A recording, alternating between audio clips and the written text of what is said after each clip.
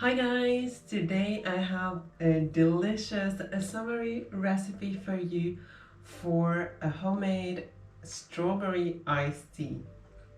Let's get started with the recipe.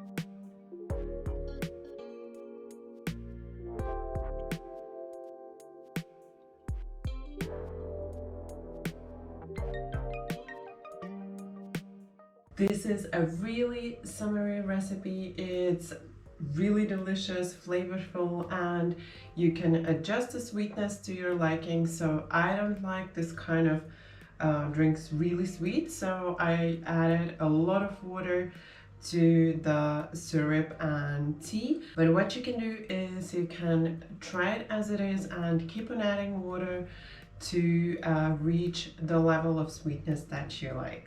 I hope you enjoyed this recipe, and I'm sure there are gonna be more of this kind of delicious summer drinks coming your way in the coming months. If you enjoyed my recipe, don't forget that thumbs up for support. And also, if you're new to my channel, then you can subscribe right now, and don't forget to tap the bell so you won't miss any of my new recipes. Thank you for watching my video. Bye bye until next time.